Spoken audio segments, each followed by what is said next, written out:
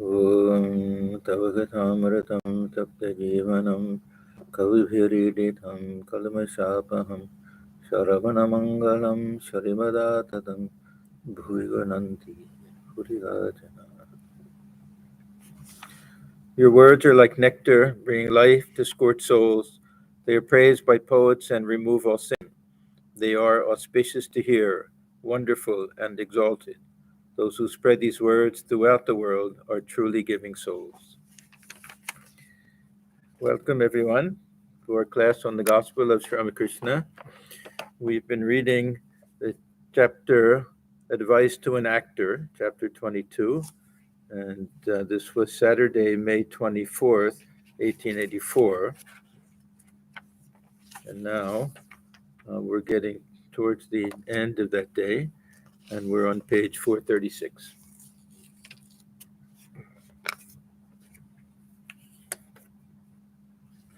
And Sri Ramakrishna is talking to several people, but Hadi is there, our future Swami Turiyananda.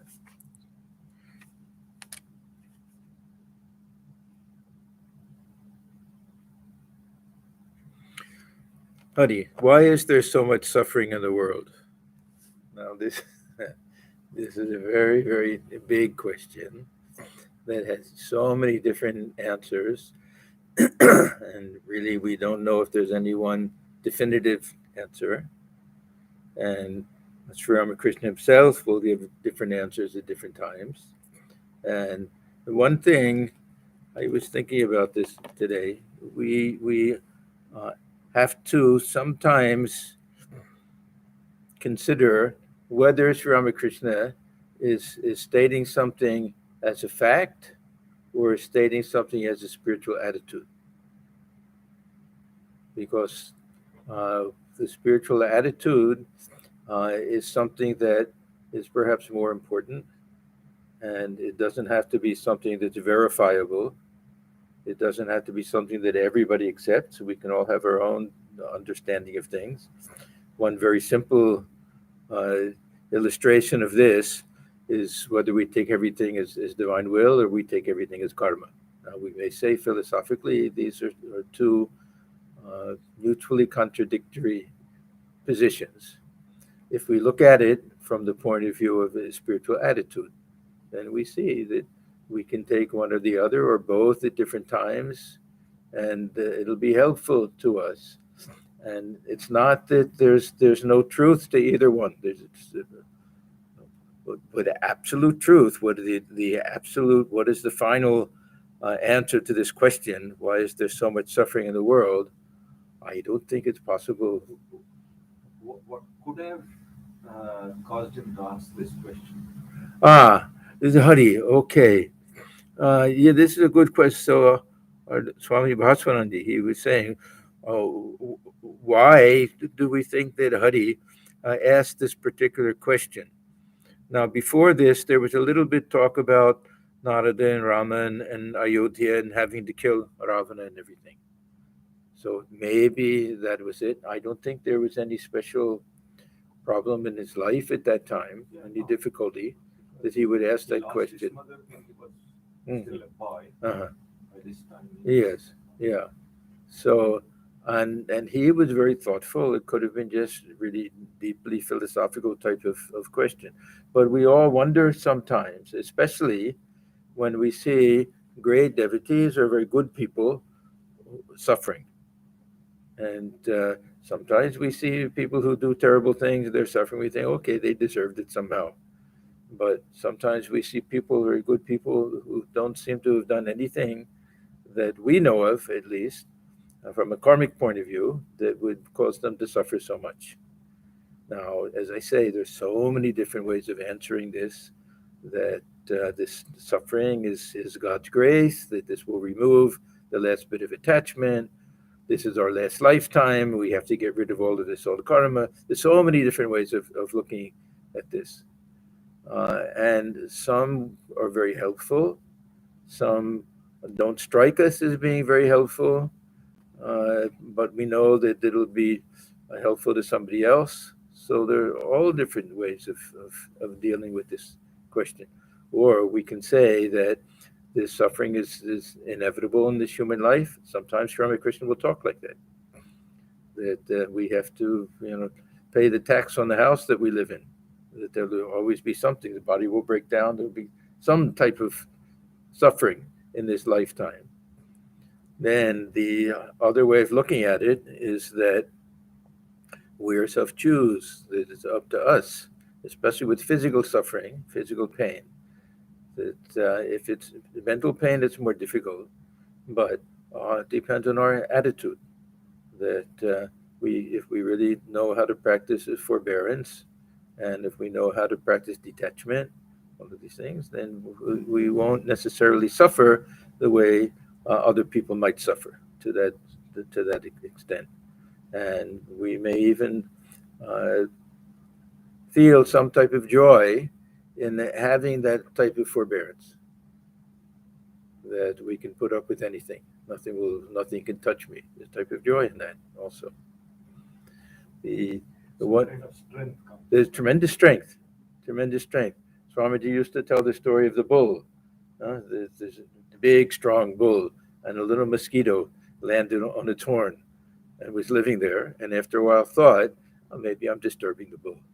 So he said, Mr. Bull, am I disturbing you? And he said, what are you talking about? You invite your whole family to live there. It won't bother me at all. And Thakur used to say to Narendra, now look how much you're going through. At one time you said that you'll welcome these different obstacles and suffering to do good in spiritual life. Now look at the condition you're in. The one verse from the Upanishads that I like very, very much is from Brihadaraj Upanishad about the ability to not identify with any type of external suffering. This Atmanam ched vijaniyat ayam asmiti purushaha kimachan kasya kamaya shariram anusam jvajit. The very, very highly subtle psychological verse. There's tremendous psychology behind it. That if one were to really to realize, or if one wanted to realize, this vigyani, it can be taken in both ways. If one was to realize, or if one realizes that I am the self. If one wants to know the real nature of the self, such as I am that, then for what possible reason, in order to achieve what, to fulfill what possible desire, will one suffer along with the suffering of the body? Jwara, the body has fever. Anu sam jwarit. So why should I get a fever because the body has a fever? Well, what purpose is served by me getting upset because there's something external is going wrong? Or even some types of mental suffering, some bereavement takes place, some tragedy, this and that. To a large extent, I have the power, if I utilize it, to not identify with all of this, and to be the witness of it. I want to feel myself that I'm the witness. I'm not body, mind, and senses. Then why should I get involved in all of these things? So, yeah. Okay. When we see the suffering of others, this is, we can feel it without ourselves getting depressed and miserable. It can hurt us also, but most of the difficulty is when the suffering is egocentric. So suppose a relative leaves or passes away, something like that. It's mostly that our sense of loss, not so much for the other person. The other person may be better off in a nice place, or it passes away, it's finished with suffering and everything, and still we feel that sense of loss. So there's some ego sense to it. But if it is mental or psychological suffering of somebody we love. Yeah, of course. If other people are going through a very bad time, depression and everything, then of course it'll affect us. But still, if I don't identify so much with the mind, and identify with the witness. There'll be a little buffer zone at least. But yeah, it doesn't make us cold, hard-hearted people. We'll definitely feel. But if we can eliminate the personal, the egocentric type of suffering, and our suffering is only because of our sympathy for others, then we've made great progress in spiritual life. That's a very big thing. That's a good thing. But in general, uh, we see a type of slavery that comes from this uh, tendency of the mind to react to external things without even understanding that it has a choice not to react. So we have a bad cold, we feel miserable, so we feel miserable. And somebody says, "Oh, why you're such in a bad mood today?" We say, "Don't you see? I'm sick." Yeah. Now, why do we have to be in a bad mood because we're sick? It's natural. We can say it's natural. So what has natural got to do with it? We're trying, Swamiji says we're trying to fight nature. Huh? It may be a natural tendency, but it doesn't have to be like that. And there are many people that you won't even know they're in terrible pain, they're terribly sick and everything. They'll be so sweet and gentle and nice and kind and everything. Yeah, my mother was like that. We would never know. She would be in horrible pain. Later she would tell us, I can't even get out of bed in the morning. This back pain is so bad. But she's smiling and cheerful. My father, he'd get a tiny little stomach ache and he was miserable. Both were good, wonderful people. And people are different that way. Uh, so we see that it's possible. I always think of these football players. They Super Bowl. Huh? Sometimes they'll even play with broken legs and arms and everything in tremendous pain. Tremendous pain. We're soldiers, yeah, but more football players because if they win the Super Bowl afterwards, they're ecstatic. Doesn't matter the physical pain. Mind is it's the greatest joy, and somehow that physical pain gets put behind them a little bit. Psychological or emotional pain is something Much more difficult if it's not physical also pain. long drawn If it's not for physical pain, decades. so suppose a depression, something like that. Almost impossible to detach the mind from itself in those circumstances. Yes, no, that's absolutely true. But if we get established in this, then at least see what is that verse from Gita, established in which we're not moved even by heavy sorrow. Gurunapi navichalyate. We're not moved by heavy sorrow if the mind is fixed on that identification with the self. So uh, there are all different ways to approach this, but uh, we really don't know. We may say if we want to be very logical, karma may be the best answer.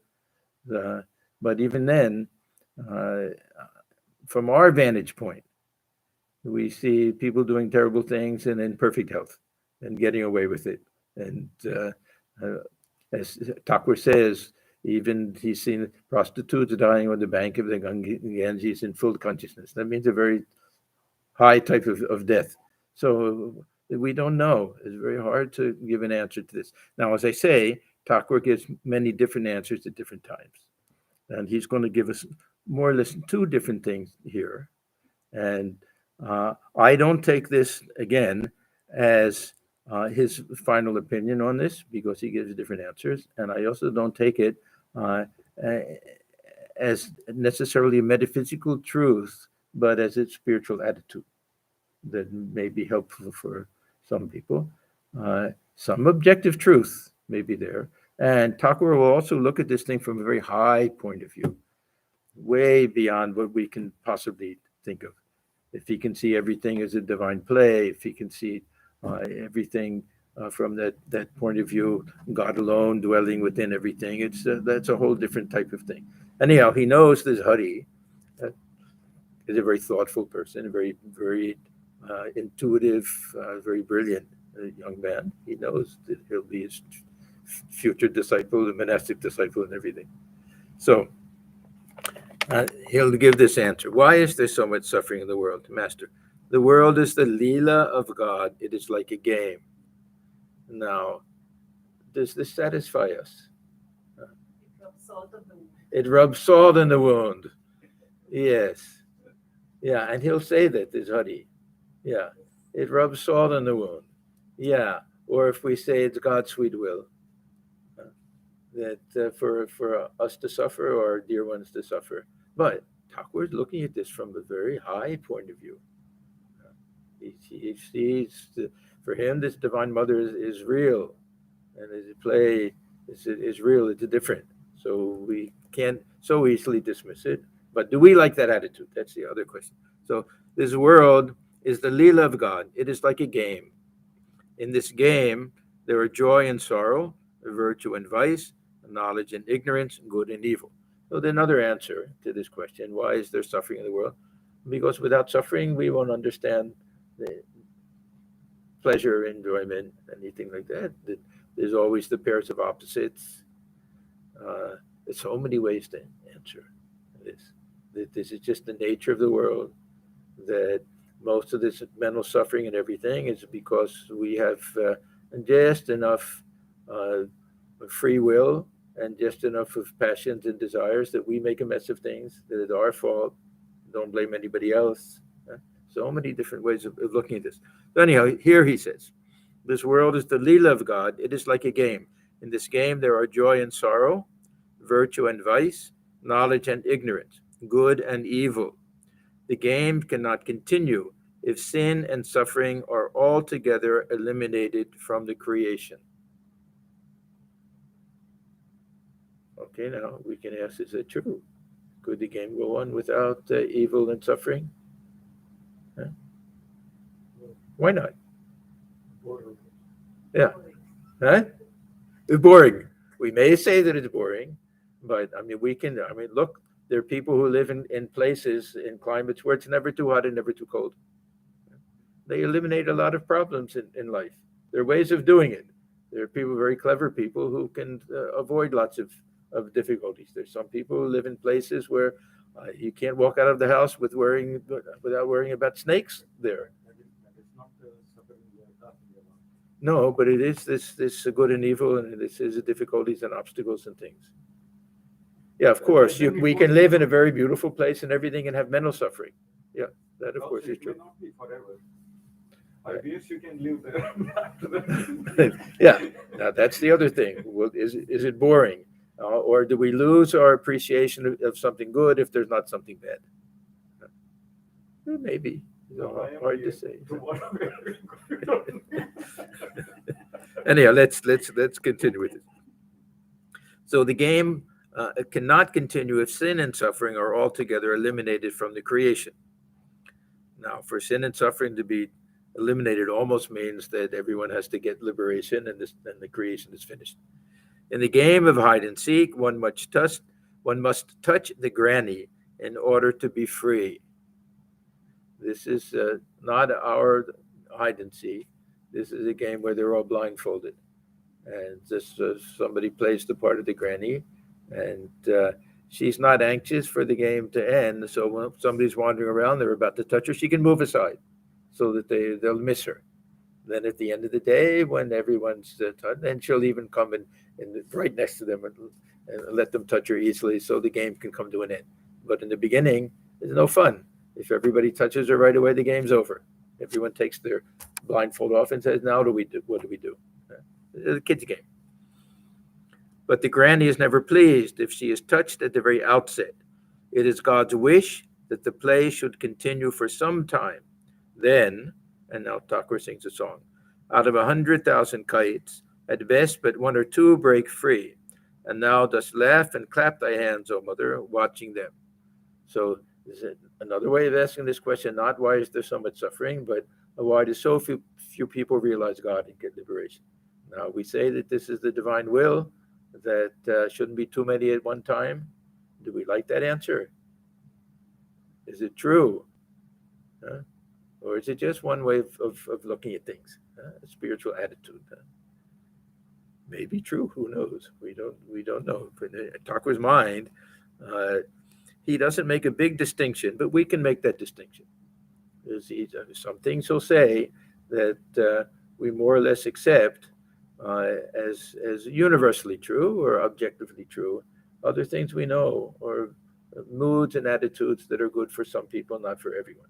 Very often he'll say, for the gyani or for the bhakta, it's good to look upon things this way. He'll use that type of language. In other words, after the practice of hard spiritual discipline, one or two have the vision of God through its grace and are liberated. Now, maybe he's taking Hadi's question, so much suffering in the world, why aren't we released from this suffering? And now he's connecting it to God realization. Then the Divine Mother claps her hands in joy and exclaims, bravo, there they go. Now, this is a good question, Hadi. But this play of God is our death. So, yeah, you're telling us that God is, Divine Mother is enjoying all of this, and we're suffering so much. Huh? Now, what kind of answer will he give to this? Sometimes children get hold of some insect And tear the wings off. No. He'll go to a very high point of view. And he knows that Hadi is a Vedantist. He knows that Hadi is studying this I am he and Brahman alone is real and all of that. So he says, Master, smiling, but tell me who you are. Now, all of this suffering is based on a conviction that I am an individual to suffer. There has to be somebody to suffer if there's suffering. And there has to be a sense of I. If I am suffering, then there has to be some ego sense. So is the real problem this ego sense or the external suffering or even internal suffering? So now he's going to a very high point of view that God alone dwells within. So who are you to even say that I am suffering? Now, does this appeal to us, this idea? A very high type of idea. For most of us, it's too high. That how many of us can feel that I really don't exist? God alone dwells within this body. God alone is the actor. God alone is the enjoyer, the karta, bhokta, and both of these. Philosophically, we can understand it, appreciate it, and may even say that, yes, this is ultimately true. But Thakur himself says, but this sense of I doesn't leave us. We may reason 1,000 times that this is true, but the sense of I doesn't leave us. But the Hadi, he Thakur knows that if anybody can understand this idea, he can. It's a very brilliant mind. Mind was like a, what do they say, like a trap or something. Like, yeah. But I've also read of people who are made to suffer for prolonged periods. They were not spiritual, but something, they can't do anything about the suffering. They just have to go through. They pass through a kind of indifference first regarding their own suffering. We're talking about people who have long periods of suffering. Yeah. And then some have great transformation. Yeah. Now we can, but the question is, do we attribute this to the will of God? The Divine Mother wants everyone knows that we have to go through the suffering. Directly call it the will of God. Yeah. Because they have no spiritual. No. But will we call it that? Or is it just the fact that we learn more from suffering than we do from enjoyment? This is what Swamiji says. Yeah. On the flip side, Yeah. there are people who are not suffering physically or mentally. And there are a lot of people who have a freak accident or die young suddenly. So is that then? Is there an explanation in terms of that's liberation for them and their work is done? Their work is done, liberation. The people who die young. What? Like little kid dying or something. I see. An explanation is something that satisfies us. It's not something that really will tell us why things happen. We don't know why things happen. If it makes us feel better, that, and Thakur says that some very pure souls have just a little bit of karma to work out. He talks about that young boy who came to him and committed suicide and everything. In his case, that it was just a drop of karma left, and he didn't care for this world at all, and now he's free. Yeah. Does it happen with everybody that way? Anybody who dies young, we don't know. So we long for explanations. Sometimes we have to just say we don't know why. We really don't know why. But this idea that suffering can be good for us, and or this idea that if it's the will of the Divine Mother, then it's something that we should accept gratefully. It's a beautiful attitude to take, and it works. That we can turn a negative thing into a positive thing. We can think, what can I learn from this? How if I can really take this as a challenge, and I can really practice that forbearance, and take this as the gift of God, this type of suffering, and grow from it, and then it turns out to be true that whatever the Divine Mother gives us, this is for our benefit. If we fight against it and everything, then it may not be beneficial to us. Not that every type of suffering is good for everybody. Some people just end up being very bitter in old age. And they lose their temper and patience and everything. So these are very complex types of issues. But now he's bringing up this very big point, almost as if he's saying to him, you're the one who's saying, I am he. So ask yourself, now you're saying, that why is there so much, who is there to suffer? God alone dwells within. So anyhow, he continues, please tell me who you are. God alone has become all this. Maya, the universe, living beings, and the 24 cosmic principles. Then he quotes some type of saying, as the snake I bite, and as the charmer I cure. It is God himself who has both vidya and avidya. He remains deluded by the maya of avidya, ignorance. Now, how can God be deluded? When this Brahman enters into this human body, then some maya comes along with it, even as the avatar. Even as the avatar, there has to be a little bit of maya there. So it happens. When we have a dream, then the dreamer, sleeper and dreamer, who are just the pure free consciousness, they identify with that actor and suffer along with that actor. But is the actor suffering in the dream? There is no actor. It's just a dream. Swamiji, that one question, since you said it. Yeah. So in a dream, Yeah. the dreamer and the person who's sleeping are two separate, right? No. How can they be separate? Because the person who's sleeping, the dream is in the mind, but physically, they are different, right? No, it's absolutely one. When you wake up from a dream, do you say, I dreamt that somebody else did something? No, I dreamt that I did it. The same I. 100% the same I. In my dream, I went to kitchen, I cooked a meal, I ate it, I did all of this, I met my friends, I did it.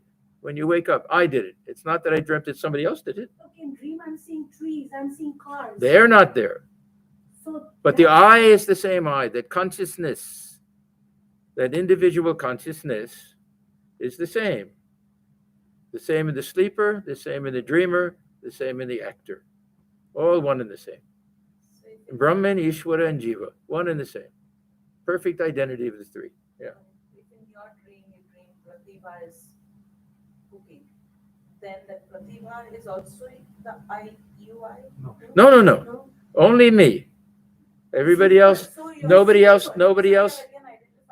has any real existence. The only one who has any real existence is me in a dream. That means we're telling that me is the body? No. I.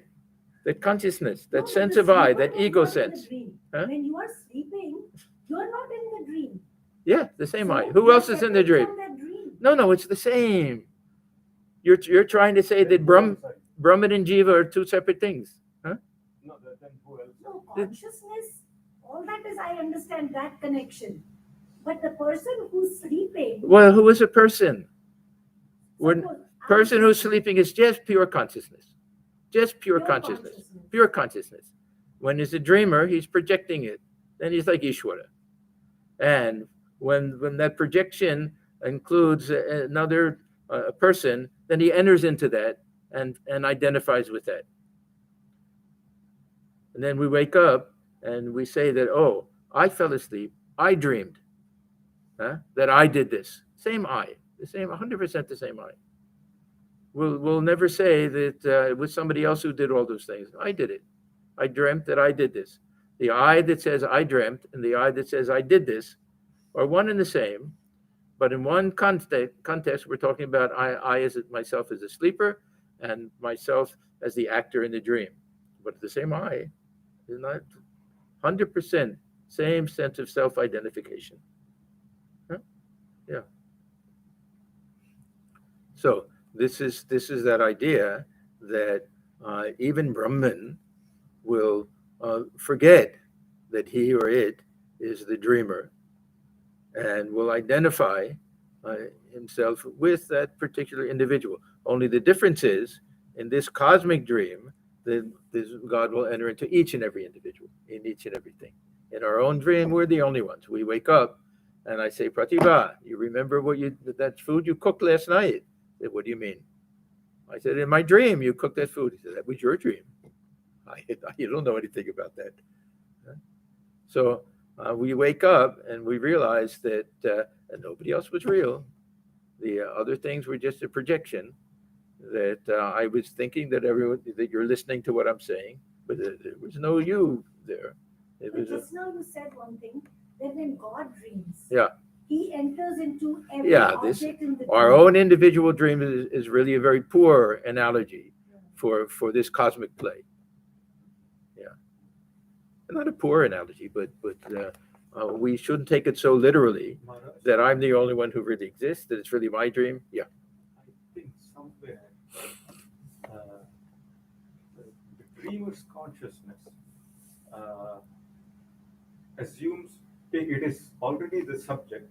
It also in a way assumes the forms of the objects. It is only this dreaming consciousness that becomes both subject and object. The object is also a projection of the dreamer. Yeah. That's a projection of the dreamer, but the I consciousness is the dreamer.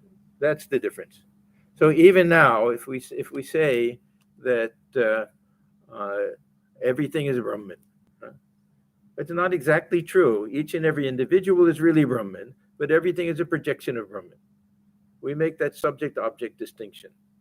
So everything is a Chinmaya, but I myself am absolute pure consciousness from that highest point of view. Both forms. Consciousness, yeah, or we can actually say this cosmic mind. Now we're in this kind of Hiranyagarbha. In our dream, everything is a projection of the mind. But that I, which is pure consciousness, is present as the dreamer and as the actor in the dream. So, Swami, I have a question. I'm a little confused, so I want to clarify. Okay. So there are trees in the dream. There is a Come car. closer and talk louder so no we can hear you. Yeah, come on. No, but it's boring for them. They don't know what you're saying. Yeah. Oh. Yeah. This is, yeah. So like if there is a car. Everyone, this is Pratibha. No, Loud so they can hear it. Okay, so if there is a dream, in the dream there is a car. There's a car in the There's dream. a tree. There's a tree. So where is it coming from then? You're saying that The mind of the dreamer. From the mind of the dreamer. See, for this whole projection out of Brahman, there has to be some type of cosmic mind. So from your own mind, the mind of the dreamer, where else will it come from?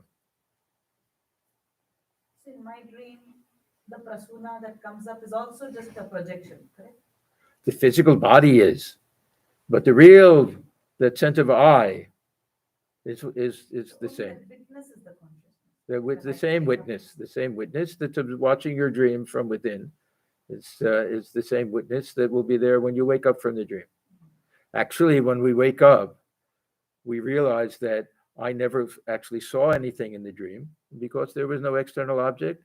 The eyes are not real eyes. There's no sense perception, anything. Everything I experienced in the dream, I experienced because I had a dream. Huh? There's no object and light reflected and bouncing into the eyes and all of. There's no perception in the dream. There's no sound that's actually going and striking the ears, which are not real ears, and that's why we hear. We hear because we dreamt it. The memory plays some role there. Memory will supply the Images. images in the dream. Yeah, that also supply the context and the particulars of the dream will come from memory. Yeah, it and his memory can get all mixed up in everything. They can be Yeah, distorted. distorted in Strange. combination. Yeah, But in a cosmic mind, how the memory will work? cosmic mind. This is where they bring in the Vedas and other things. Shabda Brahman. Yeah, this is also it's theoretical to a large extent. One possible way of understanding all of this. That, yeah, Swamiji says in Brahman is Maya dreaming all this dream. That little bit of Maya or Shakti. This is that Chit Shakti they talk about. That Brahman is not simply the sleeper; he's also a dreamer. That means he can project this whole universe and then enter into it. So this is what Thakur is saying here. He says. It is God himself who has become both vidya and avidya. He remains deluded. He remains deluded. So the sleeper doesn't realize in the dream. We don't realize that we're actually in a different dimension, lying in bed, sleeping. That we're not aware. He remains deluded by the maya of avidya, ignorance. Again, with the help of the guru, he is cured by the maya of vidya, knowledge. Ignorance, knowledge, and perfect wisdom. The gyani sees that God alone exists and is the doer. Now, one of our problems is that theoretically we can understand this and we may even feel that God is the real doer, but when it comes to suffering, we think that I am the sufferer. If God is the karta, God has to be the bhokta, both. If God is the only agent within, then it's God who is suffering also. But I feel that I'm suffering. It doesn't help me much to say. And then even if I say, I won't feel better if I know that God is suffering. who wants to make God suffer? Huh? But if we say God dwelling in others, we want to remove suffering from other people because God dwells within. We can look at it that way also.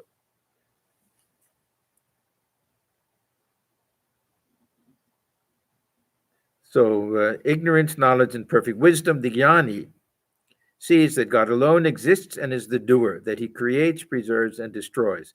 The vigyani sees that it is God who has become all this.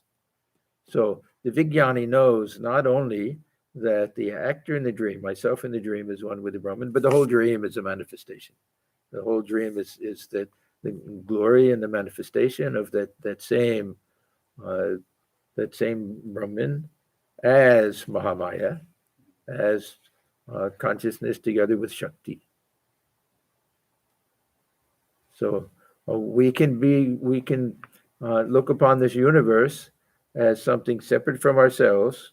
We can still be in that on that sadhana level of neti, that there's sad and asat, that these things are impermanent, transitory, and everything.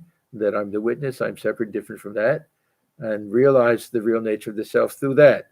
And that's what Thakur calls jnana. But he says his vigyana is afterwards, when we see there's all this play of the divine manifestation, projection, that way. Two slightly different things. But Thakur makes that distinction. So I am he, that'll be for the jnani. But the sarvam kalvidam brahma for Sri Ramakrishna represents a second truth, and together with the first, a higher type of truth. To see everything as divine, everything is a play of the divine. It could be said in a way that a Jivan Mukta is a Vijnani. A Jivan Mukta is a Vigyani, almost by definition, almost by Thakur's definition. Yeah, there's really not much difference. No, also in classical Vedanta, that is how he perceives. In classical Vedanta, except that Thakur adds so many interesting things for the Vigyani. He sees God, he talks to God. Yeah, things like that are a little bit particular to his own understanding and his own experience. Yeah. Otherwise, the Jivan Mukta is more the vigyani with the ego of knowledge, traditionally, with the ego of knowledge. But sometimes actually the vigyani, Thakur identifies the vigyani with the real bhakta, almost identifies it with the devotional attitude that sees God, talks to God, feels the presence of God everywhere. But he also talks about for the gyani, also can be. Also in classical Vedanta, there are these two views. Hmm.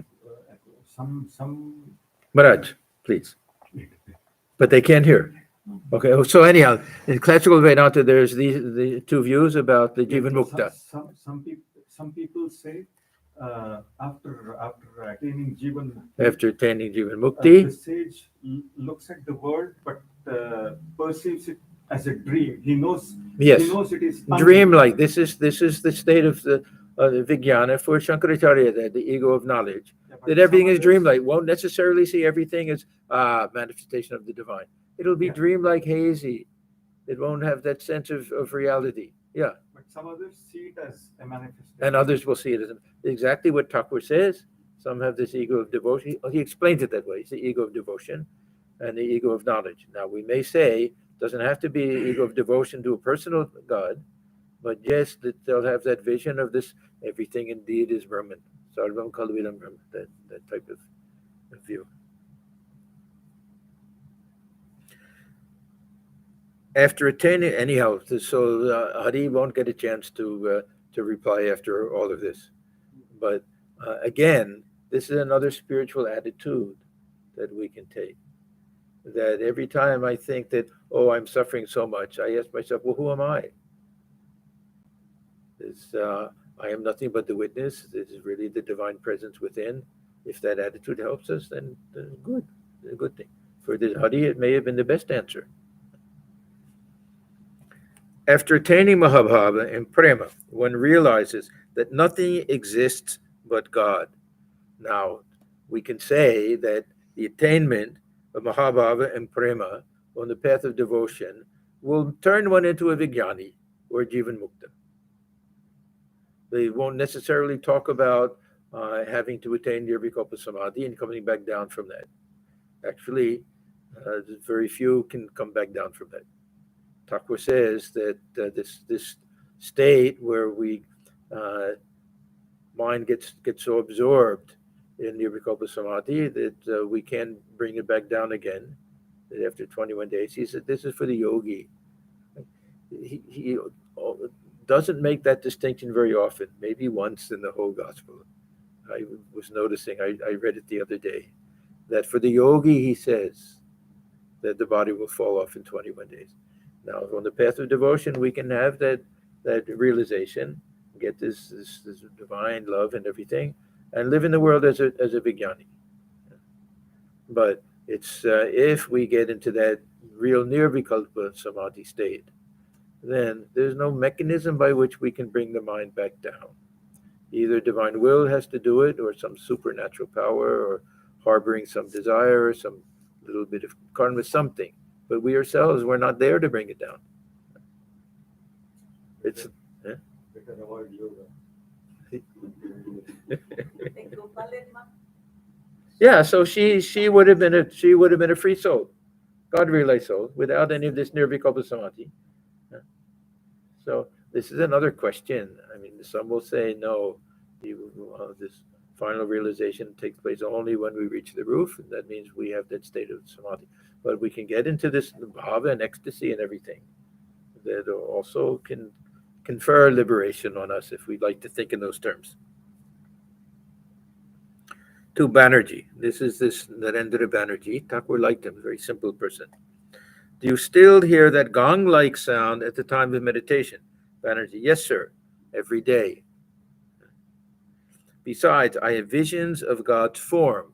Now, we may say, oh, he's showing off this and that, but Thakur found that he was very, very simple and not the type to show off or anything, a guileless type of person. So he could say these things that it wouldn't sound bad for him.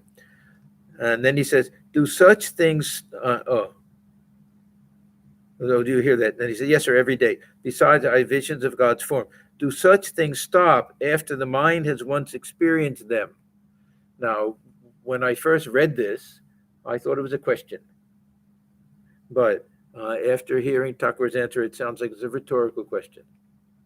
So he's saying, do you still hear these things? He's saying, do these things stop? Once we've had that experience, of course, we'll. So is it cervical samadhi? This is some type of vision of God's form. Kinds of bhavas. Bhava samadhi, we can say. Now, the bhava samadhi is not such a technical term. It simply means that we lose all outer awareness, and the mind is in some other realm at that time, and we're having some experiences and visions and things like that. So we have to read this, I think, as a rhetorical question. Do such things stop after the mind has once experienced them? Master, true. Once the wood catches fire, it cannot be put out. Now, these are also things that are different for different spiritual paths and different spiritual aspirants. We have the case of Chaitanya Deva, who would go back and forth between this state of union and this state of separation. There's a Radha, this Viraha Bhava and Milana Bhava and everything. So every spiritual path is a little bit different. With that, it's like a roller coaster ride, ups and downs and ups and downs. Thakur went through all of these things, of course. But there's a certain type of transformation that takes place that's permanent. This much we have to understand, that we become stamped somehow, that we get the ticket. But the mind can still have its ups and downs afterwards. We say that all doubts are removed. This will be for the gyani. That all doubts will be removed. But if we think that we can constantly have the vision of God day and night, that'll have ups and downs. Mind will come down a little, go back up, then up and down. Yeah, they are not of this world. That is, Thakur said, but it won't go below the heart level. yeah. It'll always remain at a much higher level. Yeah. They won't have any body consciousness. No, but that pain of separation that Chaitanya Deva, that Thakur himself felt, was a horrible thing. The body was on fire. He had to remain immersed in the Ganges for hours on end. It was so horrible. They had to put this cooling sandalwood paste on his whole body and everything. So it's no joke. And this is after that realization of Mother Kali, that he went through all of these things. Of course, he started over a little bit just to have a clean slate, so that he could experience each of these different paths as the ordinary jiva would do, who can attain the liberation through that path. Banerjee. Oh, sorry. Once the wood catches fire, it cannot be put out. To the devotees. He knows many things about faith. Talking about Banerjee. I have too much faith. Master, bring the women of your family with those of Balaram's. And now constantly we're thinking, oh, Thakur doesn't like the company of women. Here we see that these are things that we miss because the M is always there and the men are always there. But he's inviting them to all come to see him. Banerjee. Who is a Balaram? Now, Thakur's assuming everybody knows his Balaram. He was a great devotee, and of course, he occupied some type of high position in this Bagh Bazar area, so that many people there would have known him. His family was more illustrious than him because he didn't do too much, but they had property in Puri and Vrindavan and everything, and well-to-do landlords and very devoted Vaishnava family, Orthodox Vaishnava family. Master, don't you know Balaram? He lives in Bhojpara. Sri Ramakrishna loved guileless people. Narendra Banerjee was absolutely guileless. The master loved Niranjan. This is our future Swami Niranjanananda. He came to Sri Ramakrishna. Partly his interest in spiritual life was a little bit through his uncle, who used to run these seances. Now, we generally in this country think of a seance as a pure hoax, that these people will tell them, "Oh, I can contact your deceased husband or wife, and you can give a message to them, and they'll talk to you and everything." And they set up an elaborate thing with noise and everything, complete hoax type of thing. But there were people who did this in all sincerity and somehow felt that they could make contact with the relatives. So not that his uncle was just a scammer, anything like that. But Thakur told him, don't get involved with these things. That if you spend all your time thinking about ghosts, you'll become a ghost. You spend your time thinking about God, you'll become God. So that was Narendra. He was also very straightforward. He didn't mince words at all. He would get in trouble sometimes. He would just speak his mind and very strong. He was the gatekeeper at Kashipur. And at one time, there was a difference of opinion among the householder disciples and the future monastic disciples. That somebody passed a remark that these young boys are here, we're spending all our money feeding them also. So, of course, Niranjan got very upset and everything. And then he didn't allow any of them to go even. Ramchandra, all of these people who are giving the money and everything, he wouldn't allow them to get past him, even M. And later he really apologized to him. He felt a little bit bad. And then Thakur said, no, don't go so far. It's okay. But so this is Niranjan. Master to M. Why do I ask you to see Niranjan? It is to find out if he is truly guileless. Now, Thakur knows that he's truly guileless, but it's for M to see. Thakur would send people to people. He knew how to put people together and who would benefit from the company of others. And so. Okay, we start a new day. This is Sunday, May 25th, 1884.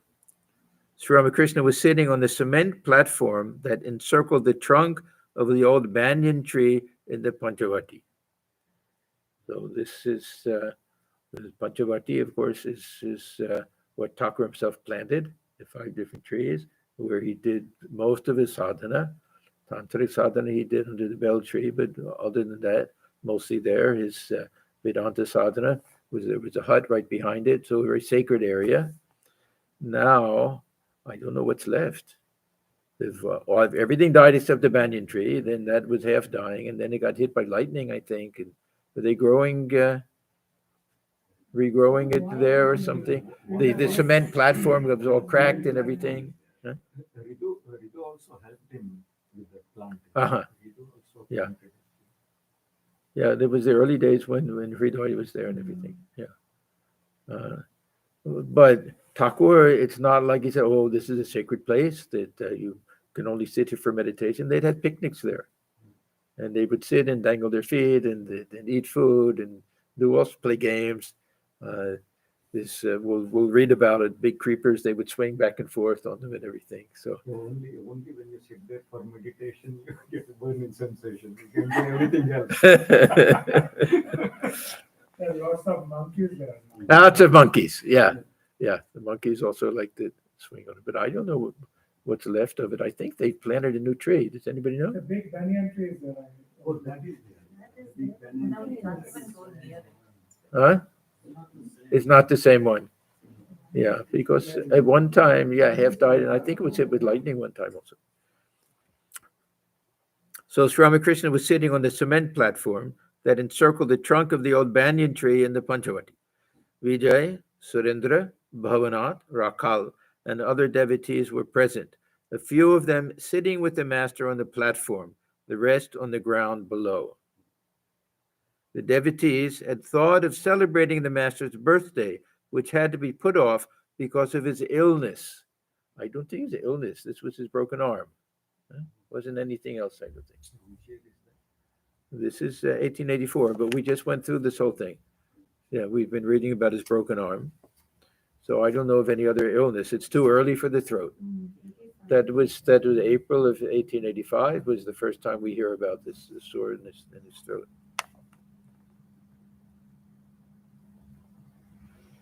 Since Ramakrishna now felt much better, the devotees wanted to have the celebration that day. Yeah, it's probably a couple of months late. A woman musician, a famous singer of kirtan, was going to entertain them with devotional songs.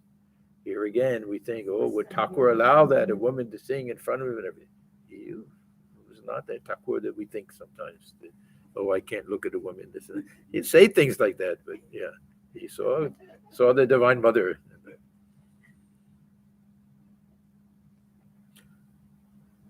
It was 1 o'clock in the afternoon. M had been looking for Sri Ramakrishna in the master's room. When he did not find him there, he went to the Panchavati and eagerly asked the devotees, "Where is he?" He was standing right in front of the master, but in his excitement did not notice him.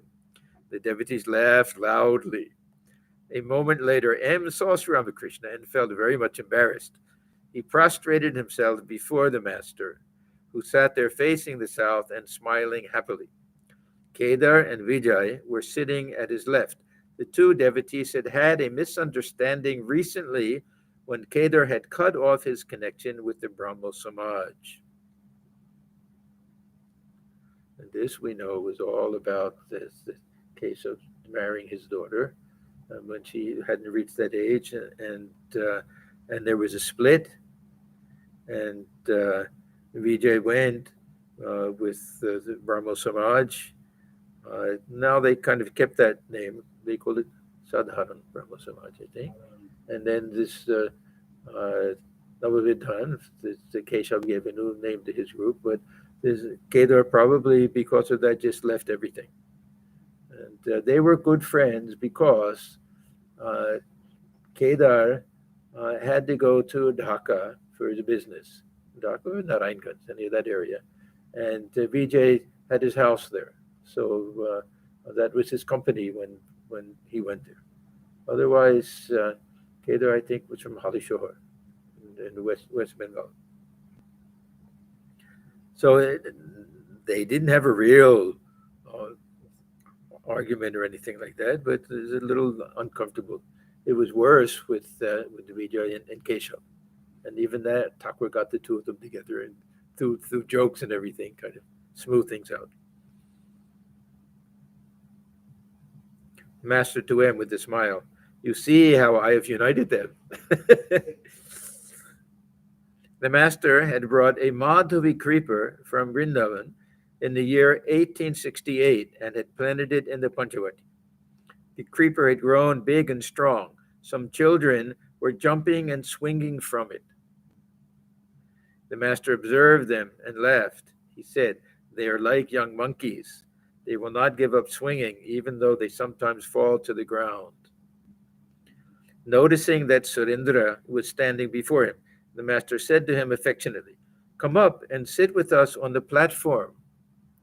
This Surendra, he had a little bit of this pride, or we can say his feelings were hurt a little bit easily if he felt he was being left out or not appreciated, something like that. So anyhow, Thakur knew that about him. "Come and sit with us on the platform. Then you can dangle your feet comfortably." Surendra went up and took his seat. Bhavanath had his coat on. Surendra said to him, "Are you going to England?" The master smiling, "God is our England." It sounds funny, but England at that time was, to go to England is to go to heaven. This is the greatest possible achievement to go there. It's that Keshav, half of his renown was that he went to England and met the Queen Victoria and everything. So they think God is our England. Swami says, God is the only politics I believe in, or something like that. Swami. Now and then I used to leave off my clothes and joyfully roam about naked. Thakur was saying that because he had his coat on and took his coat. Once Shambhu said to me, "It is very comfortable to walk about naked. That is why you do it. Once I did it myself." Surendra, when returning from the office, as I put away my coat and trousers, I say to the Divine Mother, "O Mother, how tightly you have bound me to the world." Master, there are 8 fetters with which man is bound: shame, hatred, fear, pride of caste, hesitation, the desire to conceal, and so forth.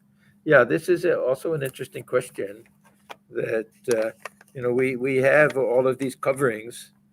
We talk about this panchakosha, but clothes we wear is also another type of bondage, false identification. At that time, to work in an office meant you had to dress like an Englishman. There's also a type of bondage that we have to put on the show and present ourselves as in a certain way and everything. So even this is one of the reasons why this monks, everyone looks the same.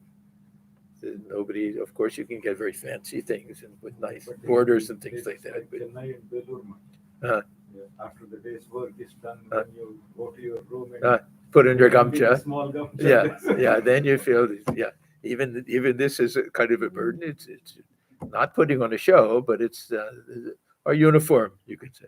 Even to take that off, we feel some type of freedom. Okay, so we'll stop here. This is page 438.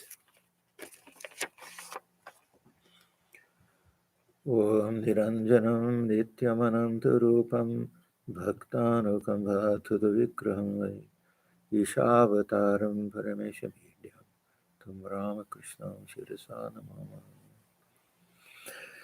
We bow our heads before Sri Ramakrishna, who is stainless, of infinite nature, whose heart melts in sympathy for his devotees, who is an embodiment of the divine and the Supreme Lord, and ever worthy of our worship. Om Shanti, Shanti, Shanti. Peace, peace, peace.